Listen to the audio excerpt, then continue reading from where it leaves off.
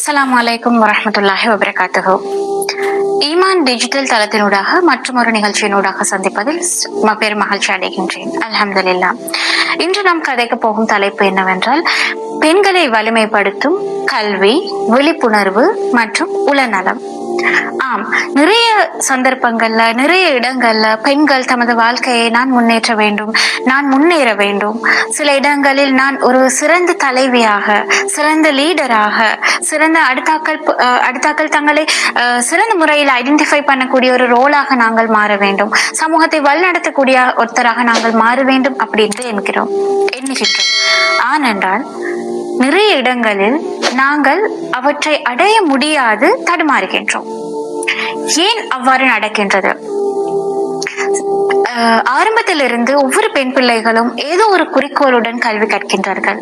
ஆனால் ஏதோ ஒரு இடத்தில், ஏதோ ஒரு தங்களது வாழ்க்கை பயணத்தில், ஒரு பாயிண்டில் அவர்கள் தங்களது கோல்ஸையோ, தங்களது கனவுகளையோ, இல்லாத தங்களது இலக்குகளையோ நிறைவேறாமல், அவற்றுக்கு போக முடியாமல் தடுமாறுகின்றார்கள். சில நேரம் அவர்கள் ஒரு சின்ன விடயமாக இருக்கட்டும், வாழ்க்கையில் அவர்கள் எதிர்நோக்குகின்ற பிரச்சனைகளுக்காக ஒரு பைனான்சியல் ஸ்டெபிலிட்டியை உண்டு பண்ணுவதற்காகவாவது நான் ஏதாவது செய்ய வேண்டும் அப்படின்ற எண்ணம் அவர்களிடத்தில் இருக்கக்கூடும். ஆனால் நிறைய பெண்கள் தங்களது மைண்டில் நிறைய ஐடியாஸ்களையும் நிறைய கனவுகளையும் வைத்திருக்கின்றார்களே தவிர அவற்றை நடைமுறைப்படுத்துவதில் பல சிக்கல்களை எதிர்கொள்கின்றார்கள். ஏன் அவ்வாறு நடக்கின்றது? எவ்வாறு அதை தாண்டி வரலாம்? எவ்வாறு அதை தாண்டி ஒரு பெண்ணுக்கு என்னால் முடியும் அப்படிங்கிற நம்பிக்கையை உண்டு பண்ணலாம்? அப்படி என்றால் அவர்களது உள்ளத்திலிருந்து தொடங்க வேண்டும்.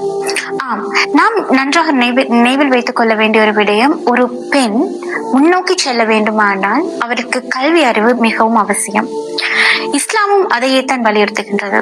இஸ்லாம் பெண்களுக்கு கல்வியை மட்டுப்படுத்தவில்லை, ஆண் பெண் இரு பாலாருக்கும் கல்வி கற்பது கடமை என்று கூறுகின்றது. எனவே கல்வி என்பது உங்களை எங்கோ கொண்டு போய் சேர்க்கக்கூடிய ஒரு விடயம்.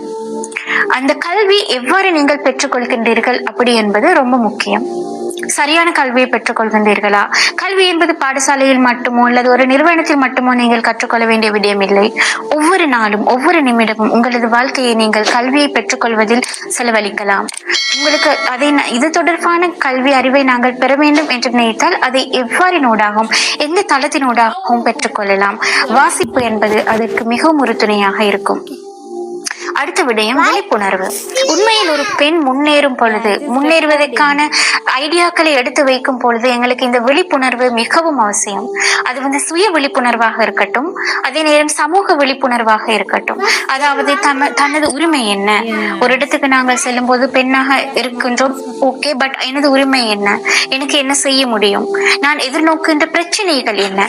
இந்த சமுதாயத்தில் நான் இந்த விடயங்களை செய்தால் என்னென்ன பிரச்சனைகளுக்கு முகம் கொடுக்க நேரிடும் அப்படி என்பதை நாங்கள் தெளிவாக உணரும் பொழுது, நாங்கள் மேல் நோக்கி வருகின்ற பொழுது ஏற்படுகின்ற பிரச்சனைகளை எம்மால் தடுத்து கொள்ள முடியும்.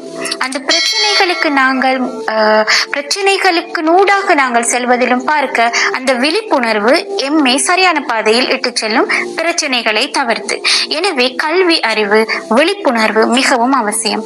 அதே நேரம் அடுத்த முக்கியமான விடயம் தான் உளநலம்.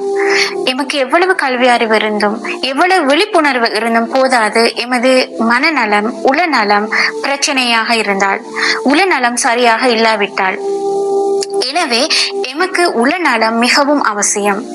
அதுதான் எமது பிரச்சனைகளை, எமது ஐடியாஸ்களை, எமது கனவுகளை நாங்கள் அடையும் பொழுது வருகின்ற பிரச்சனைகளையோ தடைகளையோ எவ்வாறு நாங்கள் சமாளிக்கின்றோம் என்பதை எடுத்து காட்டுகின்றது. நாங்கள் எவ்வாறு ஸ்ட்ராங் அப்படி என்பதை எடுத்து காட்டுகின்றது. உங்களால் இது முடியும் அப்படி என்பதை எடுத்து காட்டுகின்றது. எனவே உளநலம் உங்களுக்கு மிகவும் அவசியம். இந்த உளநலம் தான் நீங்கள் ஒவ்வொரு ஸ்டெப் முன்வைக்கும் போதும் ஏற்படுகின்ற பேரியர்ஸ், என்னால் இதை செய்ய முடியாது ஏற்படுகின்ற மென்டல் பேரியர்ஸை இல்லாமல் செய்கின்றது. எனவே ஒரு பெண் முன்னேறுவதற்கு, ஒரு பெண்ணின் எம்பவர்மெண்டில் இந்த கல்வி, விழிப்புணர்வு மற்றும் உளநலம் முக்கிய தாக்கம் செலுத்துகின்றது. இந்த மூன்று விடயங்களையும் சரியாக பெற்றுக்கொள்ள முடியும் என்றால், சரியாக அவற்றை கையாள முடியும் என்றால், ஒரு பெண்ணாக உங்களால் எதையும் சாதிக்க முடியும் என்பதை மறக்காதீர்கள். ஜஸாக்கல்லாஹு ஹைர்.